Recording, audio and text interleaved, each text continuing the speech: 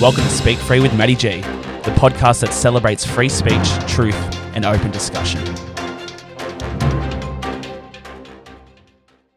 Hello and welcome to Speak Free with Matty G, episode 30. I'm joined here today by Adam Spence. Now, we had Hoon last time, and you're another member of Youngcalves. You're the founder of Youngcalves.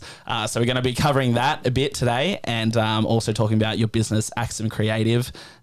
We do a lot of videography, photography work, among other things. So we'll cover that, and talk about also just you DJing and performing, and a bit sort of what we covered with Hoon as well.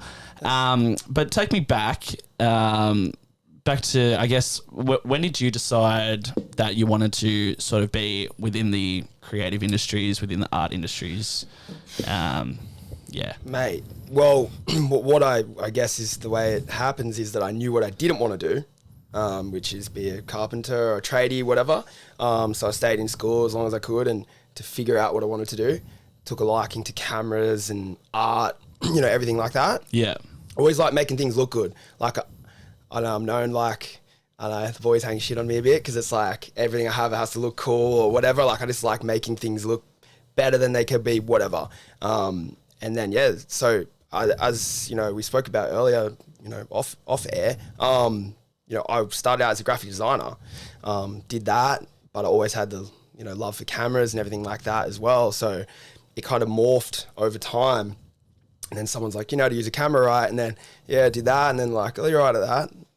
Next thing, buy a camera, start going that way. And then, so it's weird. I didn't really mean to end up where I am. Yeah. But, I started out with design, obviously, but I didn't have plans to be where I am now. But that's kind of good. I like it that way. And I think it feels more natural when it ends up like that too. Yeah. For me, like I did journalism at uni, and I thought, let's fucking work for Channel 9 or Channel 7 or something and do that sort of path. And then as, you get out of uni and you realize it's not that fucking straightforward and things don't come that easily. I worked some shitty jobs and, social media manager job and whatnot, and then left that and then got a newspaper job. And then I was doing a bit of photography for them. So I had that experience, and then went into working at a pub, just working at a fucking pub because I needed to because of fucking COVID and shit. And our job went down to part-time, and then I started doing photography for the pub, and then that led to getting a full-time photography job, and now, doing gigs on the side as well now. So, and then also I have no need to... Well, I have no sort of desire to work for someone like Channel 9 and that now because I'm doing this. 100%. So, this is better media than fucking mainstream media. I'm not about that. It doesn't really get me too excited. Yeah, me neither. No, after the last 2 years, they can, they're enemies of the people, I believe. But the point is, like, it is, I feel like things like that, things fall into place the way they're meant to fall into place when it comes to that. As long as you're working hard, obviously, as long as you're not like shit kicking, you can't just like stay at home and something's going to fall in your lap. Nothing's going to happen for you. But when you are working, it seems to that skill develops and new opportunities come up because of that development. So 100%. So let's talk about your business before we jump into all the Youngcalves stuff. But Axam Creative, where did you, obviously your name's Adam, but but the name itself, how did you come up with that? Because I started out with a design company, and then I realized, I was running a design company, but I was doing basically video and photo. And I was like, I need a new brand name. I'm like, went through all these, random names. You come up with ideas, and then, you go business name search, and it's taken. I was like, named Adam, put an X in it. Yeah. It's kind of cool. I made a logo, which is funny. So I go back to my design days, and like I said, I like making things look good. So I'm like, I made a logo first, and that dictated the name. So it's funny, I'm always like that. So I did a logo, then did that, and I was like, sweet, register that, done. So you work better with like imagery when it comes to that than like names? Yeah, but it's weird because I actually did some, not journalism, but I wrote articles for magazines, used to review motorbikes for manufacturers and stuff online. So it's weird, like I like words, I like writing, like I'm good in that aspect, but I'm not I don't know, I'm like a visual person, but like, I just want something to look cool. but I'm still kind of, I know I'm weird. I don't know. No, but I get that, you know, I think very visually as well. Like when it comes to, even with names, you know, like for this, like that whole hand situation, like that came to me. I saw like something similar like on I think it was actually, you know how they say like you're in Facebook jail. It's a picture of two hands with like the handcuffs, because that's like a reason I started Speak Free, was because I kept getting banned on social media, and so I thought, like, I saw that image, which is like just such a funny meme, and I was like, imagine if that was like breaking free, and that's like kind of how I came up with it. That's a funny way how it happens, but right? yeah, and then it turned out cool too. Like I love a good emoji, right? Like I fucking love a good emoji, and there's a speak emoji, and there's literally like a box that says free, and I was like, that's fucking perfect for socials now, like 100%. And I didn't notice that till after I was like writing. But it's cool how things like that end up happening, right? Like you're like, I don't know, stuff just kind of falls into place. Yeah. It's cool. Yeah, I feel like, I'm pretty proud of the name, hey? Yeah. Like, fucking, it's a pretty dope name for a podcast, I feel. But, so Axam Creative, what year did that sort of start for you? So technically, it would have been like 2012 or something, when like Axam, what it is now. Yeah. It would have been like 2012 or something when I first started messing with cameras, like, you know, actually getting paid to shoot. Yeah. And that was so I'm from, my background's like motocross racing and stuff like that. But it's weird. I'm from the beaches. Like, I'm from Cronulla originally, so I surfed and rode. That's a touchy one. That I get mixed reviews from that one. Yeah, I work there, so I cop shit, but I'm not really that kind of dude. I don't know if you know me. I'm not really that. I'm a mixture of everywhere. But it was motocross filming. That's what I was doing, and then it went from there. And then someone's like, "Can you shoot this? Can you shoot that?" So 2012 I think was the first time I got paid to shoot, and that was a MX Nationals in Queensland, when a dude got sick, and then the guy's like, "Can you film?" Like, so I used his camera, everything, filmed it, and then someone's like, "Yeah, all right at this." I'm like, "Yeah, not bad." Yeah, and man. then it went from there. Yeah, that's cool, man. Because so is that like what sort of you started doing, just like sports and motocross? Yeah, for the first part of it. Yeah, before it morphed into. Yeah, and it's kind of weird because like when I did that, I kind of almost pigeonholed myself for a while, but I didn't really want to go that direction at that point in time. I didn't really know I did. And then, you know, I kept going that way. And then I was like, well, hang on a second. I'm known as like, you know, a motorsport guy, but I'm really not. Like the other day I shot a fashion thing, like, you know, chick, like, you know, looking cool, walking, like, you know, it's something you would not expect a dude who started out in motocross. So I was like, no, I need to make sure I, you know, don't get stuck. And then it slowly just went, you know, here, I've shot stuff you wouldn't even, you know, you'd think you're kidding, right? But you've got to do that too. So would that be your advice to photographers starting out to just shoot a heap of different shit? Yeah, 100%, because it's quite interesting. You can tell with certain people, like, which is cool to have your niche or, you know, your area where you're really good at, but you can tell with certain people who shoot, you know, I have things that I'm not as good at, but across the board, I could go from like MX Nationals to say moto, like superbike racing, or then I can go shoot a fashion thing with some chicks or dudes, whatever. I shoot like furniture stuff. Like I've managed to keep it pretty broad, but you can see with certain people that, you know, like kind of like, you know, they'll go, maybe if they went from, you know, a fashion thing to a motocross track, they'll be like, I don't know what to do. Yeah. So, which is all right. It's all right. But I like the fact that I can go there, and I would recommend to anyone, like, make sure you know, if maybe if someone offers you a gig and you're like the first fashion thing I shot, this girl, Mattyg, who I do TV show stuff with, she's like, I've got you this gig doing this fashion thing. And I was like, I don't know what I'm doing. She's like, yeah, you do. Just go. I'm like, shit. But, you know, did that, and then from there it happened, and I was like, you know, shitting myself, you know, in a studio. I'm like, I don't belong here, and then before you know it, you're good. So you just got to have a crack. Yeah, I can relate to that. Mine was a wedding for me. I literally got called up on the fucking morning of. My mate was the caterer, so it was like his friends. And he's like, yeah, man, like their photographer's cancelled on them, doesn't have a backup. Dude, morning of the wedding. And I'm like, fuck, man, if I'm being honest, don't feel confident, eh? Yeah, Don't feel confident, and I don't want to fuck their wedding day up, so I will ask around first. Ask around, everyone's busy. Every photographer I know fucking busy, right? Yeah. And so I'm like, fuck, man. I was like, I'll call him back and just see what the fucking go is, see if he's found anyone. Called him back, and he's like, man, it's $2,000. It's about 5 hours work. Just do it. It's chill. It's a backyard wedding. Yeah. They're the most chilled couple in the world. It's marquee. They're not even having a first dance. They don't even have a cake. Like they're just, it's a fucking chilled wedding. And I'm like, you know what? Fuck it. I'm going to do it. Yeah. And I'm so glad I did it now because like I've got that experience and it helps with so many other things now too. Cause a wedding is like, for me, it's such attention to detail, like the little things you take photos of. Like you can't miss stuff too. Yeah. Right? Like it has to be, you have to cover everything. So it's like, it's not all people shots. It's fucking the decorations. Yeah, there's little things on tables and whatever. Yeah. So you take all that. And I think that's helped me with other, you know, parties and stuff now. Or like I shot an engagement last night and it was just like, I shot it sort of like a wedding. You know, it is. It's like a mini wedding. Yeah. Really. So that was a lot of fun. So I'm really glad I did that. That's also, it, right? Money's good in weddings. Well, see, that's it. Like I shot weddings since I think 2014. I did my first one. I was the same. It was my mate's wedding. Matt Bernard, actually, if he's listened. G'day, mate.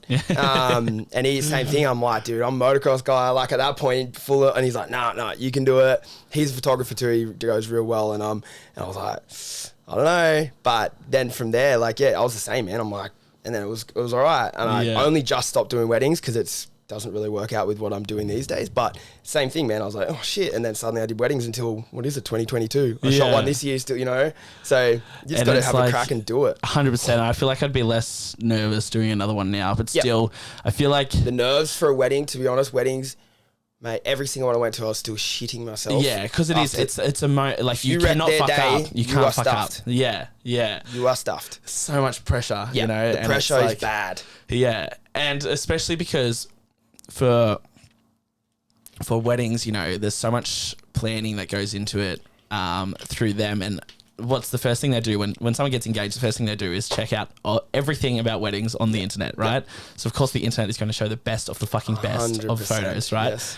Not everyone is capable of that shit, right? Like some photos I've seen, like that photographer he's got 30 years experience probably shooting weddings, you know, like the cunt's fucking dope.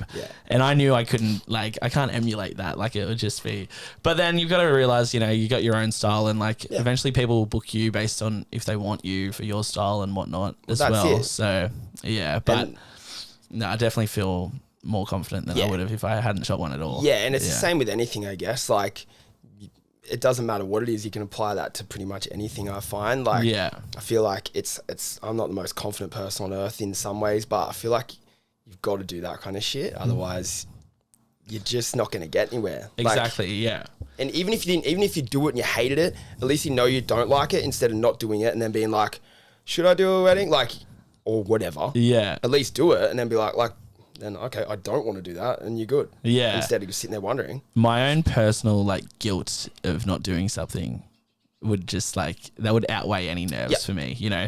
Like if I didn't end up doing that wedding, say I found someone and I just went out and drank or whatever instead, and you think, what am I doing? And gave up $2,000. It's like, why the fuck? You know, why, you know, it would just eat me alive, man. And then I'd be like, well, now I don't have that experience. You know, if someone offers me another one, I'm going to have this whole thing again. You think, I wish I did that. And that's, I think, a big thing too with doing stuff like that, working for yourself. You know, technically you're doing your own thing. When you're doing that, you are doing your own thing. You have to also just be able to sack up and sacrifice maybe hanging out with your mates and carrying on or doing whatever. Like, that's a big thing with it. Like, I used to fly away before COVID, like 20 weekends or something a year. Like, and I'd be maybe away. Like, I think one year I was away like 30 weekends in a year with something to do with work. Yeah, shit. And like, you know, everyone's like, what are you doing? Like, and I'm like, you have to. But you look back and you're like, at the time, you're like, oh, it's kind of annoying, but mate, it helps. Yeah. And did you feel that level of FOMO when you were doing it? When I was away certain times, but now I look back and I'm like, man, it was good to do that. It's interesting when you look at it that way, but I guess it's always hindsight thing. But but that kind of stuff, you just have to do it. Like you can't, I'm the same. Like you can't sit there and be like, get asked to do something, be like, oh, but I've got like, you know, I've missed like so many birthdays, so many things.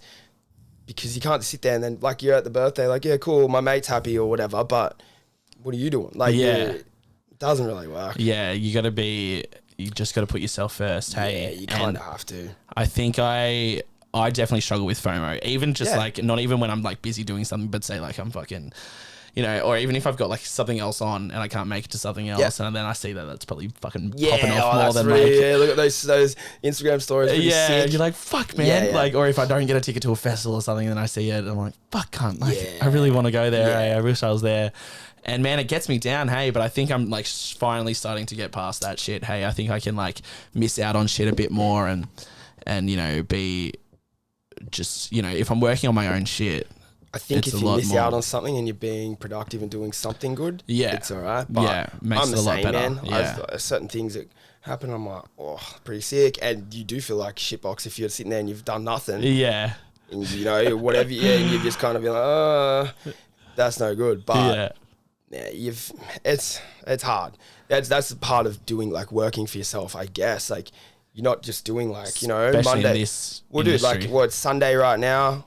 5 o'clock, whatever it is. Yeah. You know, like everyone else, like all my mates are sitting at home. We went riding this morning and I was like, you know, at lunch, I'm like, I got to go wash my bike, get back, get changed, go to this. And they're just like, yeah, well, I'm going to work tomorrow morning at this time. And like, which is cool. Yeah. But you have to, it's a different life. Yeah, it is. In a way. And that's one thing you definitely have to give up, I guess, when you choose to, you know, something like photography or videography, and that is that a lot of it is weekend work. Yeah. And there goes your weekend. But in saying that, then you free up a lot of your week too. I've had a lot of midweek things where, you know, there'd be days where I'd sneak off to go riding on a Tuesday or something when you know, I've got some editing done on Monday, bail out, go for a ride, and then everyone's like, how are you doing that? Like, well, that's the thing. Like, there's give or take. It's the same as anything.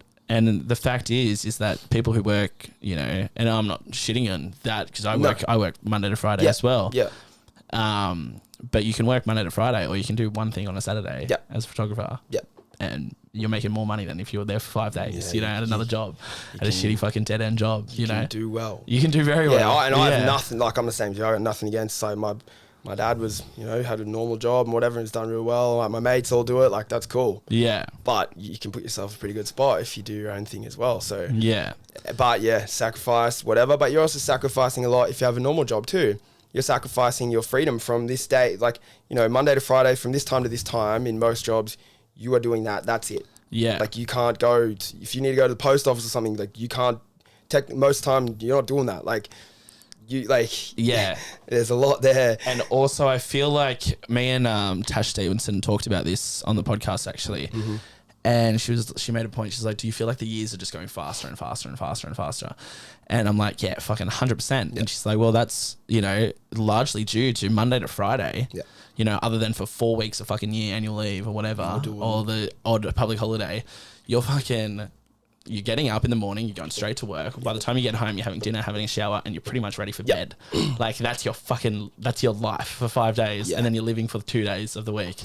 And, you know, and probably now I am probably stuck in that rut a bit. But, you know, for me, it's like, oh, well, I know I'm building, you know, so it's okay. But yeah, I can completely understand why people would feel like they're just, you know, like their life is just fucking flashing by, because it does when you're doing that, you know. 100%. Well, but it flashes by in a lot of ways, both ways, but for sure when you're doing that, if you're doing the same thing all the time, like you'd just be like, what happened? I know. Like, I mean, I'm fucking 10 and 25 and I'm like, fuck man, I swear like I was just leaving school like the other day, hey. Like, school feels like it goes forever. Even though you're doing the same thing every day, it's still different. That still feels like the longest period of my life. I felt like I was at school forever. Yeah. Like literally it's crazy. But it's weird how that works. But I guess that's, it's one of the things that I've had my moments where I'm like, this is hard to run my own business and do this whole deal. And I've gone, well, do I go normal job? And then I'll speak to people and they're like, you don't want to do this. Like, and you're like, all right, like, it's definitely though. It is a grind, isn't it? And nothing is sort of permanent, you know, nothing's set in place when you have your own business, you know, anything, it can go, you know, tits up pretty fucking easily. You try go, you know, you get a home loan when you're me, like I've done it, but it's not that simple. there's things like that. Like, you know, you don't have set income. You can't get a letter from your, or whatever they do. I can't remember how they do it for a normal job person, but yeah, they say, show me your last 3 years or whatever it was and blah, blah, blah, blah, blah. But I'm like, dude, I don't know. Like, technically it wouldn't happen, but I could earn shit all this year and, you know, like, and your stuff. So there's a lot to it. That's the stresses of it and 100%. everything like that come into it. And so what are you mostly sort of, so you said like you shot one wedding this year, but you sort of moved on from that. What sort of projects are you doing now? So I've got my normal client work, which varies still too. Like I shoot for, I know, for example, like Clarendon Homes, I do all their like, you know, all their houses they build, you know, go to each, you know, go up the coast, go whatever, shoot those so they can put them up. Yeah.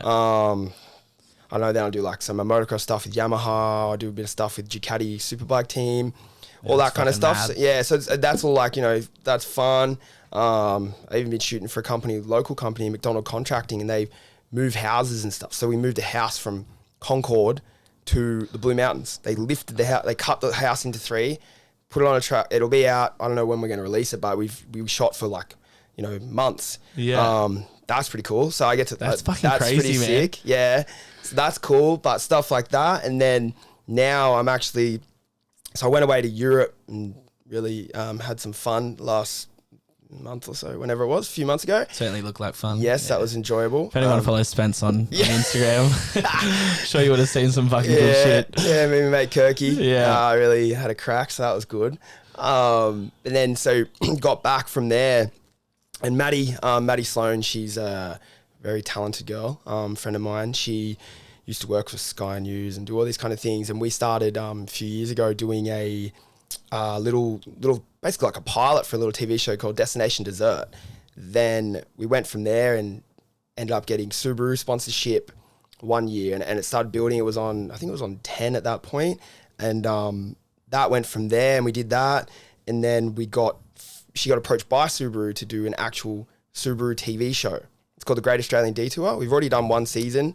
I think it's on 9 from memory. I just film it. I don't send it to them. But so we're doing that. So this week I'm going. We're still doing Destination Dessert and Great Australian Detour, but Great Australian Detour has turned into a big deal. So we're going around Australia actually. That's fucking mad, hey. Which is pretty cool coming up. So that'll be, well, it's pretty much around Australia.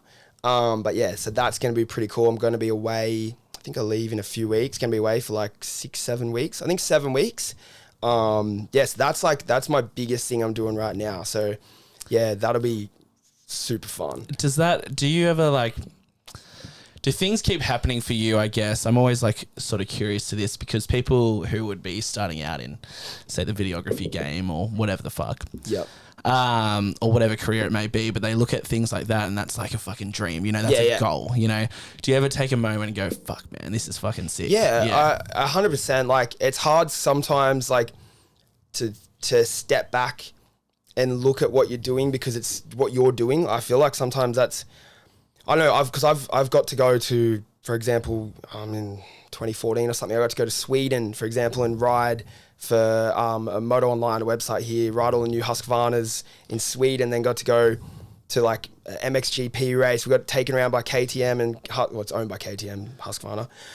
Got taken around for like 10 days, did this massive trip and stuff, and I was like, that's pretty cool. Like, I've got to do cool things, but it's hard because then it becomes your normal sometimes. Yeah. But I do sometimes sit there, I'm like, that's pretty sick. Like, you know, there's some places I've been and things I've got to do, which are pretty cool, and people say like, how did you end up there? And you don't really know. To be honest, like, you do know, but you don't know. I'm like, I don't know, I knew this person, met this person, then you end up, then you're suddenly there. Yeah, it becomes, it's a journey. It's not like it just falls into your lap, or it's like you're just doing nothing and then all of a sudden you're in fucking Sweden working. Yeah. You know, there's a lot of things in it. People say, oh, you're lucky or whatever, but I don't think that's really the case. Certain things do maybe happen where you're like, oh, I happen to meet this person, but in the end, if you're not good at what you do and you're not, you know, I don't know, personable, whatever it may be, there's a lot of things that have to be, you know, tick a lot of boxes before you can do things. Yeah. So, well, that's how I see it, especially in the arts industry. Mm-hmm.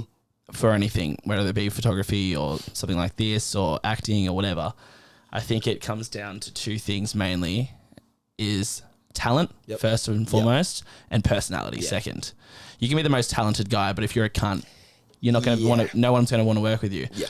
They used to drill it into us. Like I went to NIDA for a year. Yep. They drilled it into us. Like you have to be the most easily, like you know, approachable, nice person to work with, ready to collaborate on a project and not be up yourself and that.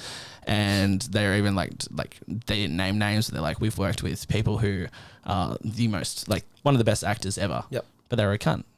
So they never got another job again because no one wants to talk. Yep.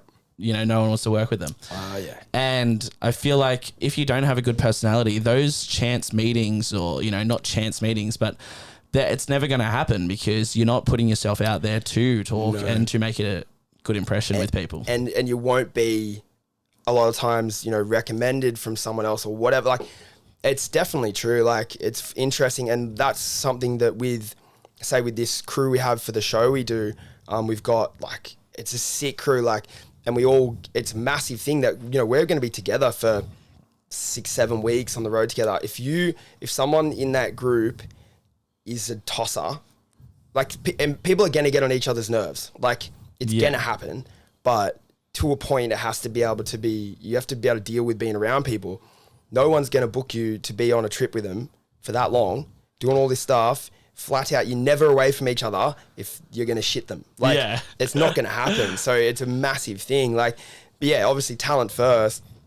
If you're a dickhead, you're just not going to get the call up. Yeah. So, and it's who wants to work with someone who's just a tosser to be around? Like, it doesn't matter how good you are, you're not getting Especially something like that where you don't go home at 5. Mate, you go back to the hotel or you sit in the car. Yeah, with them for we have lots of time together. Like, the best thing about this show that we do is it's so fun. Like, we literally we have the host is Andrew Datto. He's you used to do, all TV stuff, everything, and he's hilarious he's so funny. So it's like he's like an Australian legend. Yeah, man. Right? Yeah, like he's funny as to deal with. Like he's just like, we play jokes on each other, whatever, like stuff around, put the seat heaters on when it's 4 million degrees in the middle of South Australia or something, and it's like, like the whole trip we're just whipping the seat heaters on him, he's like, is this like it's just the shit like that, and it makes it fun. So seat heaters are kind of a thing, even if it's cold. Mate, they're rubbish. Yeah, hey, mate, Subaru seat heaters, they're awesome, guys. Everyone, great.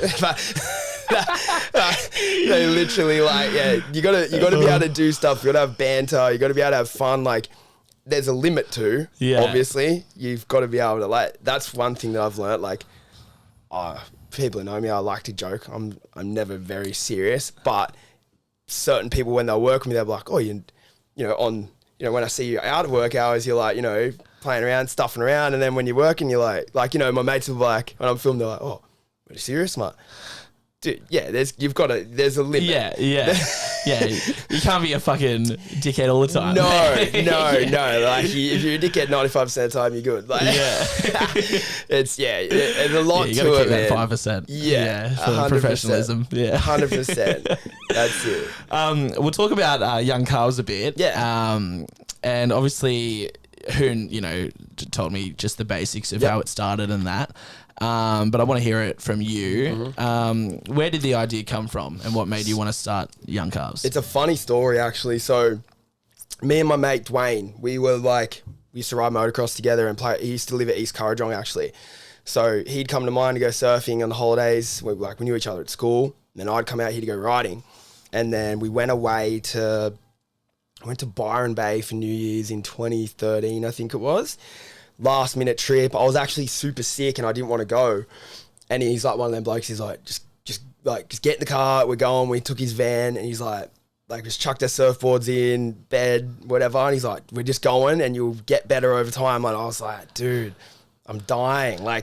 So sick. And then, so he dragged me up there. And then my little brother, Matt, and his mate, Sean, also drove up at the same time. And it was one of them trips that was like, I don't know, just can't, it's something you don't, I wasn't meant to be there and everything. And then we went to this house where these chicks they knew were renting. And then, you know, that turned into this big wild party, and I'm like, what is going on? Like the whole trip was just funny and shit going on everywhere. Yeah. And then my mate Dwayne, he's actually younger than me by a few months, but he looked. Everyone would think he was older than me, and I'm like, yeah, I'm actually older than him. So we love the movie Step Brothers, and when in that scene, how this like, she's had the old bull, now it's the young calf. Yeah. So he's like, you're the old bull, I'm the young calf. I'm like, no, I'm the young calf. And then we started hashtagging young calf on our photos from Byron. Right. It was like an inside joke on the trip. Yeah. My little brother was doing it. I don't know, just because he's my little brother and he copied. I don't know, he's like, yeah, that's cool. I'm like, yeah, I mean, whatever. He's cool. And then, we just kept doing that. And then at some point, we wrote, because we both wanted to be the young calves. So at some point, I wrote Youngcalves, and then people started saying, "What's Youngcalves? Is it like a crew?" And I'm like, "Oh no." I was like, "No, it's just like I don't know." I was like, "I don't know what it is." Like. And I was like, I don't know. It's just whatever. We're just joking. Yeah. And then I was like, so we kept hashtagging it on just videos of us playing around. Like it's still on my Instagram, just being idiots, like on the piss or whatever. Yeah. And I was like, I'm a designer. So I was like, I might make a logo. And so I made the logo, which is that logo, like the branding is literally the first one I did and never touched it, which is rare for me. Like normally I do like 4 million designs and whatever. It's a very fucking cool logo, man. It's like iconic, hey? Like straight away, you just see the bull, man, and you would know straight away it's Young Calves. So what's funny, I've still got the photo. I Googled young calf. That's what I did. And there was a fake front-on photo of one. And I was like, I'm going to make like that kind of look out of lines. Yeah. And that's how it happened. I've still got the photo there that I used as like reference, which is pretty funny.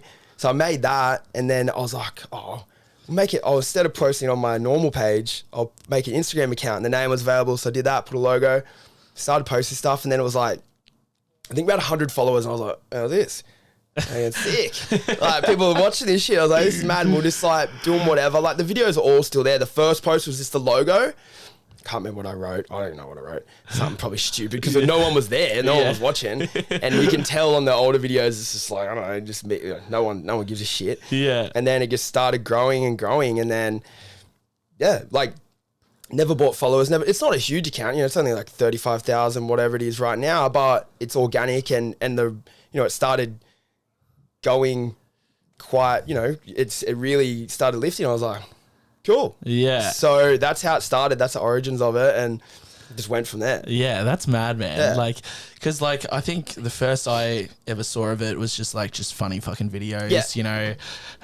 Shit I would see that was very brown cardigan sort of vibe, and I was like, this is fucking mad. And then I realized it was a Hawkesbury thing basically. And I was like, fuck yeah, I'm gonna get around this shit. And but yeah, it's just dope, man. Because it's just morphed into, something of it's taken sort of a different life form now. Yeah. When was it that you sort of how it is now with, very music based, very DJ based? When did that sort of come? So I can't remember when I started DJing, but Hoon always DJ'd from me and Hoon have known each other for ages. I can't remember when he started DJing, but I'm pretty sure when we first met, he was already starting. And so Hoon always DJ'd. Tully Murphy, he's helped me a ton. He was DJing because he's real young, and he was DJing when he was real young. He lives up just down the road from Hoon, so they're always together. And I always thought, I was like, I don't know, I just had this thing. My dad's into music and everything. He's a good guitar. He builds guitars, always crap. So I've got interest in music, but I was never into that. I like dance music and stuff, and I was like, I want to be a DJ, but I never did it. I would always ask them, I'm like, can you teach me or whatever? And then I might buy stuff and whatever. Yeah. It's a typical example of you should just have a crack and do it. And then, I just was like, I said to mum one day, so I bought decks. Just randomly, I was like, I'm buying decks, figure this shit out. I think it was 4 years ago maybe or something like that. Yeah. And bought decks, and mum, I remember I was living back with my parents at that time, and I pulled them out, and mum was like, what is that? I'm like, I'm going to be a DJ. And she's like, yeah, it's pretty funny. She's like, yeah, cool. I'm like, I'm serious. And she's like, oh, yeah, whatever. I'm like, all right, whatever. And then, so that's kind of when that all started, and I started DJing. And then I picked it up. Well, thanks to the boys, like, they were real helpful. Like, I sat at home in my room just going over and over and over, trying to get good, trying to figure it out, like, put the time in. And then I started playing with them at parties, and then they'd, like, you know, help me with certain stuff, and then I started figuring it out. And then, yeah, so that's when, like, the music side of it started. And then it's only really, like, it started getting bigger in the last few years, definitely. Like, what happened was, like, we were doing we'd go play at a party, and it'd be basically us three at once. It was basically me, Hoon, and Tulzo, really. And then it kind of grew a bit more, like, Coombsy got in there, and, you know, a few other boys. And then we kind of felt like, well, people are kind of liking our vibe. I don't know. We have a certain style, I guess, and a bit of energy. Well, I think it is. And what I like about it, and I talked to Hoon a bit about it too, is that you guys don't play to what you believe the crowd wants. Nah. You play what you want. Yeah. And I think people fuck with that more. Yeah. Because obviously, unless it's shit, you know, yeah. Unless it's fucking trash, then obviously they're not going to fuck with you. But it's not trash. So even though it's like shit they may not expect to listen to or like go to, you know, if they're at, you know, the same pub every fucking Saturday night listening to the same songs, and they go to, you know, a Youngcalves event. Yep.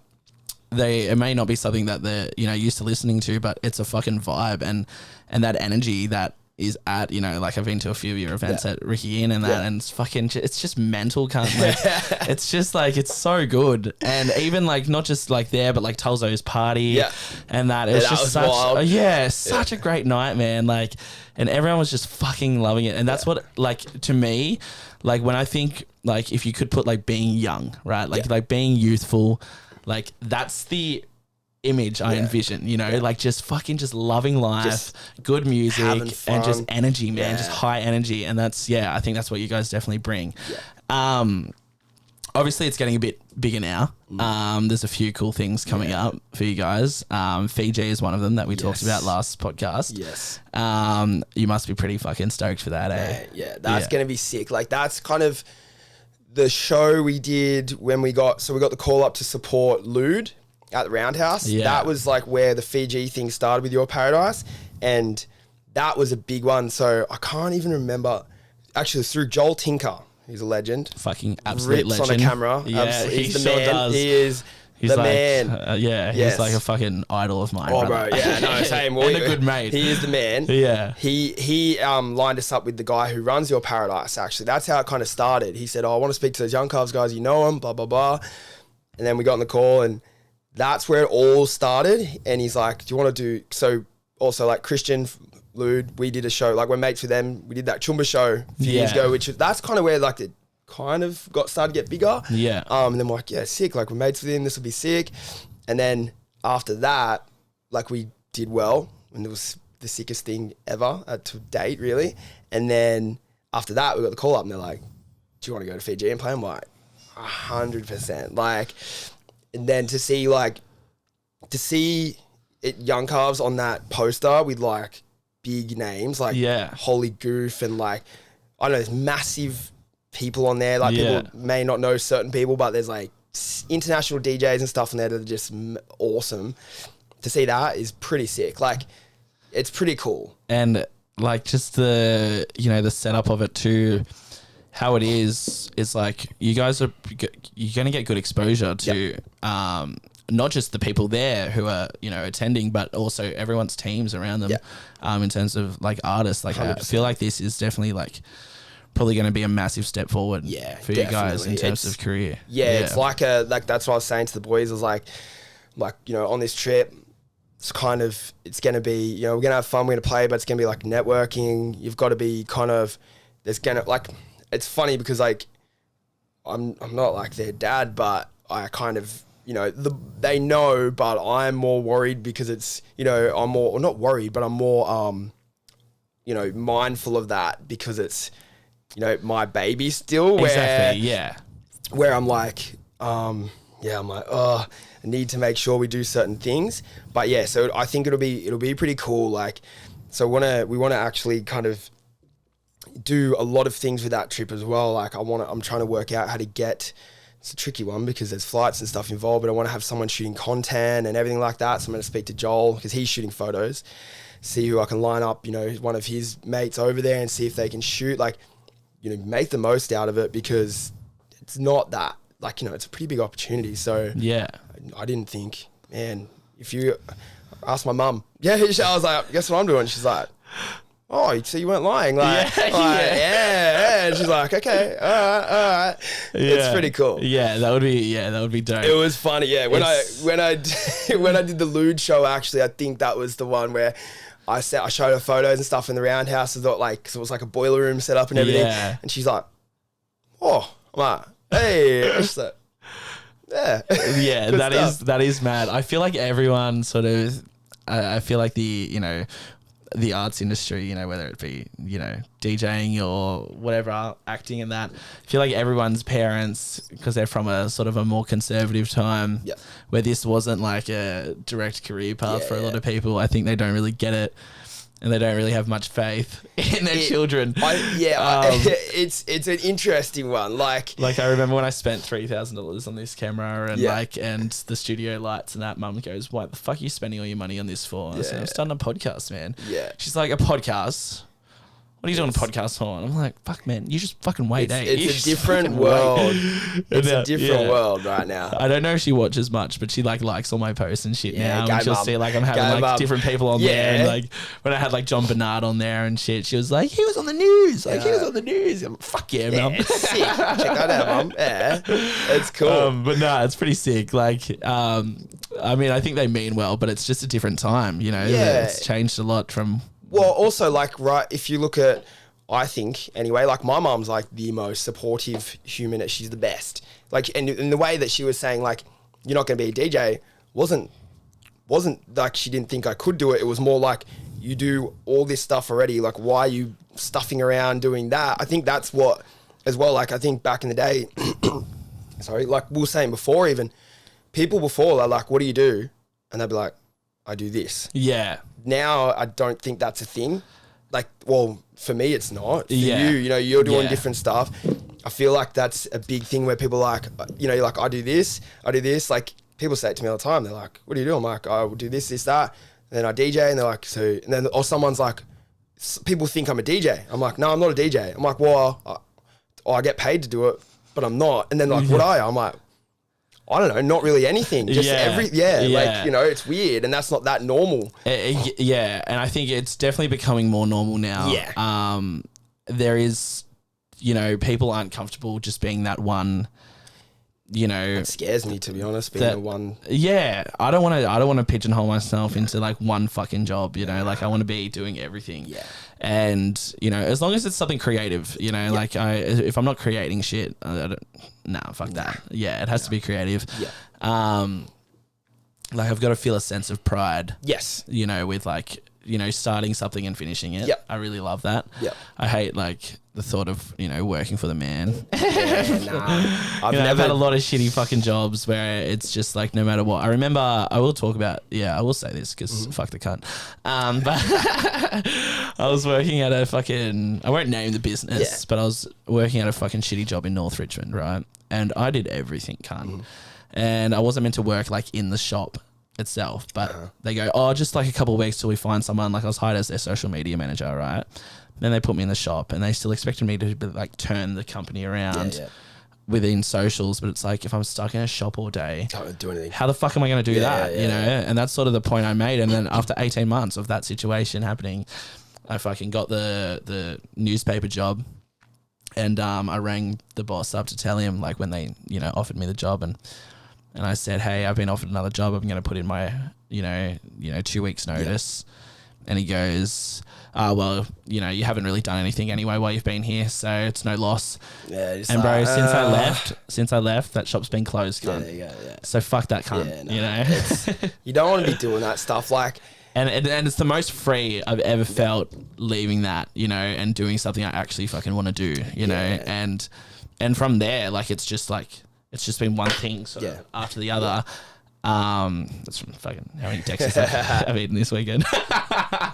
But yeah, it's been like sort of one thing after the other, and it's sort of just like snowballed into what it is now. So yeah, it's definitely it's pretty cool. I feel like if you take certain steps, like I'm no motivational person or whatever, like I've done stupid shit and made mistakes and missed out on opportunities or whatever, but I've fallen into a lot of good opportunities. But I feel like if you, I don't know, I did a lot of things, you know, over time where I've been like, if you actually make a conscious effort to go a certain direction and you're like, you know, you think certain things, you're like, I'm going to do that. This is what I'm going to do.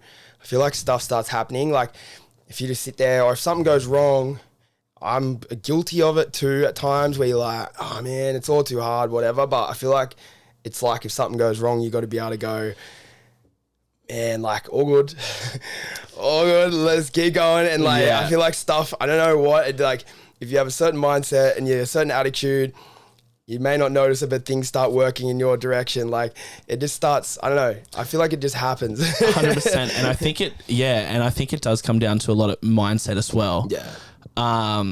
And sort of changing, you know, of course you can feel like disappointed with shit. Yeah, which is cool. If shit goes wrong, but if you see it as a lesson rather than as a failure, then I think, you know, it starts to really change things for you. Yeah. You know, I fucked up a lot of shit in, you know, my time and doing stuff I really want to do. And it's only made me better. I remember in year 12, I was fucking heavily into acting and I did drama and I fucked up one performance, badly fucked up. And I was really hard on myself. Yeah. And then after that, I nailed everything from that day 100%. forward, you know, because I thought, fucking, this is your own fault, cunt. You didn't rehearse enough. Right. You didn't fucking get it down pat. You weren't in the right mindset when you walked on that stage. Like, and then from there, it was just a lesson, you know, and I see that in sort of everything I do now. Definitely. I played, we did the show at the Ricky with Jordan Burns, and he's a legend actually to deal with and everything. And something happened that day. Can't remember what it was, but I had this shits about something that night. And I hadn't prepared because I went to the races that day, but I was like, oh, I'll be right. You know, I've done this before. I know what I'm doing. Like I should have done certain things and I didn't do it. And I played shit. I made mistakes and I was pissed. Like after I'm like, man, why did I do that? And now, but ever since then, like none of that shit. Like it's just like I changed my, you know, it's just, you have to just take it as lessons. And I was pretty salty with myself for a fair bit. I'm like, no. You flip it into a positive and you're good. Yeah. Like, but you just gotta, it's hard. You can if definitely you learn from it, then there's no, if you're doing the same shit over and over, bar. Yeah, time to give it up. Yeah, it kind of done. This isn't your dream. No, man, no, definitely. So what, I guess, you know, for you, I think probably a challenge for you would be balancing both Axam and Youngcalves stuff, especially with Youngcalves, you know, now sort of growing into what it is and getting much bigger probably than you ever thought it would. Yeah. How do you balance the both and sort of dedicate your time to hard, both? Man. To be honest, like if you look at the account, you'll notice a change in it. And that is due to me basically not having the time or the, you know, energy to be able to completely stay on top of it. So it is hard. And I've also been working on something in the background I can't really touch on, but with my mate Kirky, who I went to Europe with, we're working on something. Basically, Kirky's a man cunt. He is a weapon. Yeah, he is a classic. I went all the way up to Newey to watch Tigers get flogged by Newcastle. Yes. Yep. And then to make it worse, 3 weeks later, I got a fucking speeding fine in the letterbox. That's always beautiful, yep. Yeah, right outside fucking Newcastle Stadium, mate. That's great. So, never going up there to watch footy again. No. Fuck that place. Yeah, terrible. Did you get to see Kirky at least or not? I did, yeah. Saw Kirky and Banjo, so that was all right. Yeah, that's all right. Made it worth it, Yeah, he's a legend. We're doing, that's something that I can't really touch on right now, but I'm working on something with him in the background to kind of go a certain direction with it, because if you look at it too, like the way it started, I was younger, I had a different lifestyle, things I was doing were different. You know, my weekends were different. I wasn't working so much. There's a lot to it. So now it's kind of, and now I'm DJing a lot more and, you know, everything like that. And people are coming to us and saying like, I want to do stuff, you know, event wise a lot. So, you know, it's kind of got to go, it's taking its own natural direction. But yeah, I'm working on this other stuff with Kirky and we kind of got to see where it goes. We've been working on it for a fair few months and see what direction we go with that. But still, the core of it still, I want to keep that vibe the same. I want to have everything the same. But yeah, to juggle the two is hard. And like, for example, I'm going away, obviously, in a few weeks for this TV show. And we want to do content for Your Paradise. Like, I've got ideas. Like, I want to do some funny shit, like sitting there with snorkels on and bloody, you know, some random joint that's not the beach or whatever. And like, you know, dumb shit, like Youngcalves vibe stuff that's going to be like promotional for us playing there. Like, you know, build some hype. But I'm like, I'm going and I fly back on the 8th and we fly out on the 10th. Yeah, shit. So I'm like, what am I supposed to do? So we've been trying to line up with all the boys to get them together, but we're playing next weekend on the long weekend at Label in Manly, in Brookvale. And then the weekend after, we're playing in Canberra. We've got a show coming up. Yeah, shit. And then before we know it, like, I can't, so I've said to the boys, I'm like, we're going to have to do something like one Arvo midweek and shoot like a ton of stuff. And I'll have to edit it up and then put it out. Like, it's hard. Yeah. It's definitely hard. And it would be hard with, like, you know, all you boys involved who everyone's busy, you know, and to line it all up to find time. Yeah. It's probably already a struggle to line everyone up just to play. Mate, it's like herding cats. Like, it's literally a nightmare. Like, and that's the thing, like, and then say, you know, I shoot content, but I have to be in it. So I'm like, I need someone else. So I get like Tinker, he does like what we have, like a little studio set up in his shed and we do stuff like that, whatever. But, you know, I've got to get a dude to do video stuff because I'm the dude who's videoing. So I'm like, shit. Yeah. It's hard, man. It's hard. But in the end, like, what I also have to remember is my key focus still needs to be Axam because that's how I earn a living. Yeah. Like, Youngcalves isn't, you know, my priority, even though I would rather it to be my priority, you know what I mean? Like, that's the cool thing, you know, that's the dream, but I've done that in the past. When Youngcalves had a big boost, I was, you know, focusing, but, you know, I'm bad with that because it's like I'm creating something that I truly want. When I'm doing Axam stuff, I'm making stuff for other people. Yeah. It's still cool, but it's not for me. It's for them. Yeah. So... And that's interesting because you said like that's the dream. Is that what you say? Like if you had it exactly the way you'd want it, right? Mm-hmm. Your life. I mean, it's pretty fucking good at the moment. Oh, my life's good, man. Yeah. I'm cruising, yeah. But if you could make millions of dollars a year with just Youngcalves, would you leave Axam behind? Yeah, 100%. Like, I love what I do and everything, but I'm happy to admit that I'm not...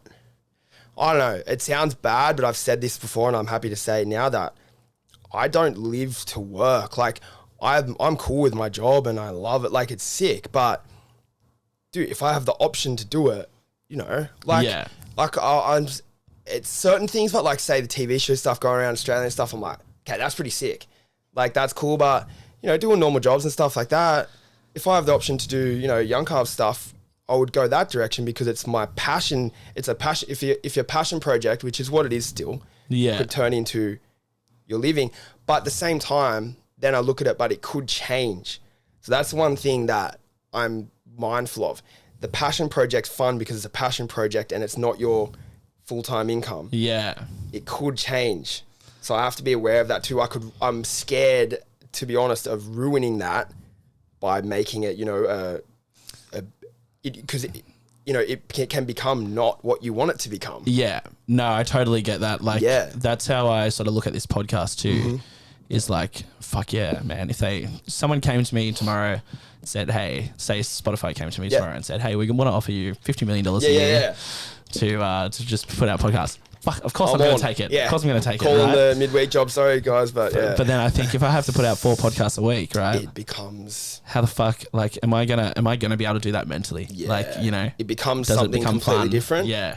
That's the thing. Like, that's what I find hard because with Youngcalves, for example, like, I've had pushes where You know, I've done like, you know, merch, stuff like that. And it's cool, but it also becomes where I'm like, I'm not doing it for money really. Like I've made money, but I'm like, it's actually becoming not as fun right now because I'm not just like doing cool stuff. I'm like, doing back end, you know, bullshit. Yeah. Where I'm like, oh, but it's cool that people want to buy it. You know what I mean? So I have like this weird thing where I'm like, that's sick that people love it. So I love that, but I don't really like doing this because now it feels like work. Yeah. But you can't really win. Yeah. And plus things like that anyway, once it gets bigger and bigger and bigger, you know, you'll hire someone to do that sort of shit for you. So. Yeah. So it's, I've got things like I've got the right connections and stuff like that I know how, if I was going to scale it up and do certain things, how I would do it. I wouldn't do it all on my own because I've taken everything on my own today. It's just me. Yeah. And I know that doesn't really work. So there's certain people who I would talk, like, you know, I'm doing stuff with Kirky. I've got my older brother's really clued in with a lot of things. He runs his own distribution company. Like, I'd be like, all right, man, you deal with this. I don't like merch or whatever. I'm like, I don't know what I'm doing. I don't know how to do any of it. You deal with it. Like, you've got to delegate. So yeah, I feel like, that would be ideal. Like, you know, and we'll see what happens. You never know. And it would be hard to sort of delegate because when it is when you start, you know, I feel like you're like me. You're a bit of a control freak when it comes to your passion, you know, like I am very, for this, I'm very, you know, I like things exactly the way I want it. I'm the same, man. I'm bad for it. Like, you can ask anyone, they'll be like, he does not let, like, I'm so picky, like, with anything to do with the brand. Like, I've made posters and stuff, like, get changed for 100%, like, last minute. I'm like, no way that's going out. Yeah. It's got my logo on it. That's shit. Change it. Like, also doesn't help that my design background that I'm picky, but, you know, like, there's things where I'm like, nah, it's rubbish. Get rid of it. And they'll be like, who cares? I'm like, I care. Like, but I feel like that's how you get to a certain point. Like, Youngcalves isn't huge, but, you know, there's things where I've been in other states at like a random place and someone's like, oh, like, you know, that's your, whatever. I'm like, dude, that's pretty cool. Like, it's pretty sick, dope, man. But like, it's still not at a level of, you know, anything crazy. But, you know, to get to anywhere, I think you have to be a bit of a control freak, to be honest. I agree. Yeah, I'm big on, like, you know, like the look of something, or you know, like, for instance, like for this, having it completely unedited. You know, if someone asked me to edit something out that they've said, I'll just flat out say no. No. It's just going to be a no. Like, you knew what you're getting in for. And because I don't want to jeopardize the brand I've grown. For one fucking person. Well, you know, 100%. Like, I've been offered money through brands and stuff, for example, with Youngcalves, and I've said no. Like, so I wasn't against it, but the stuff they sent, they said, you know, we'll offer you this much money and whatever. I'm like, okay, that's cool. And then, like, but you have to post this, and this. And I'm like, no, that's rubbish. Like, it doesn't suit our brand, and it will hurt the brand so much worse than this money will do anything for me. And I've literally said to the companies, like, nah, just the one company is a beverage company. I was like, nah, that is so off brand. I said, you will get nothing out of this. Like, so I'm helping you. You're wasting your money with me. And they were like, literally, they said, oh, like, thank you. I'm like, yeah, all good. But that's to the point where I've been to, like, I'm just like, no. And nobody likes to sell out anyway. Nah, I'm not. Although in saying that, Canadian Club, if you're watching, I'd love you to sponsor me. I'll drink nothing but CCs. A sponsorship deal for some beverages. Bad. It's not bad for a potty. You know, stock that fucking fridge up behind you, and there we go. Hit him up. Yeah, that would be all right. Definitely. Yeah, I'll definitely do that. Plus, CC's part of the brand anyway, so there you go. We're drinking one. Yeah, they've always got promo anyway. They've always got promotion going on. Yeah, that's it. But I think we'll leave it with, I'll just ask you this question, I guess, because to me, you're someone who's really, you know, you've done very well for yourself, and it's all been through your own work, you know, hard work. And I've had people like Nick Hodgkin on here, and I've said the same thing to him. He's a weapon. An absolute weapon. Yeah. He is good. Yeah, he's very fucking good. But what would your advice be to someone starting out, whether in anything, but, you know, especially within, you know, I guess the photography business, or as a DJ, what would your advice be to them to keep going? I feel like you need to be able to accept that stuff's not going to absolutely work how you want it all the time. Because if you just, you literally cop a million stuff ups or failures or whatever before, something good happens. It's just how it is. It's with DJing, whatever, there's shit that goes wrong, or there's gigs you're meant to have that don't work. It's still happening to us now. And if you let that shit get to you, you're pretty much stuffed, and you need to be able to network with people and be, like we're saying, be personable and be cool to work with. I think that's one of the biggest things. Like, obviously be talented, but that talent part is kind of, I feel like you don't need to even touch on that. I feel like you just need to be able to work with people well, be nice to people, don't be a dickhead. Like, I don't know, certain people don't know me. I know certain people may have ideas about me, but even if you're a DJ, you're whatever, you're meant to be cool or whatever, doesn't mean you can be a dickhead. Yeah. It's rubbish. Be nice to people. If someone's, whoever they are, the old mate, the assistant or whatever, it's something who no one really cares about, say hello to them, be nice to them. Don't be a wanker. And I think people notice that, and you'll suddenly realize that the people who are, not being nice, they're hard to deal with, they're going to slowly get filtered out. Just be a good person. Be talented. Just be a good dude or good chick, and you'll get places, I feel. I feel like you'll get a lot further than you think by just being cool and not shafting people. If something goes wrong with with a client or whatever, finish on a good note, it's all good, sorry, blah, blah, blah, it's nice to work with you. Don't be a dickhead, because people talk to each other. Yeah, and that bridge would then be burned through. It's the same with anything. Yeah, don't be a tosser. If someone pisses you off, kill them with kindness. Doesn't help if they're being a dickhead and then you be a dickhead back. You're both dickheads. Yeah. I don't know. That's pretty much you can get a long way by just taking the high road and just being cool. Yeah. Awesome. Well, thank you very much for coming in. Thanks for having me. And yeah, you're welcome anytime. And like I said, any of the Youngcalves boys, mate, the seat's always free for them. Get the boys on. We're doing just a Youngcalves series, bro. 100%. 100%. We've had two. Next one, Talzo, mate. Hey, Talzo will love it. He'll love it. He'll absolutely rip. He would, Fuck, I'll reach out to him. 100%. And remember, guys, speak free with Matty G. Yeah.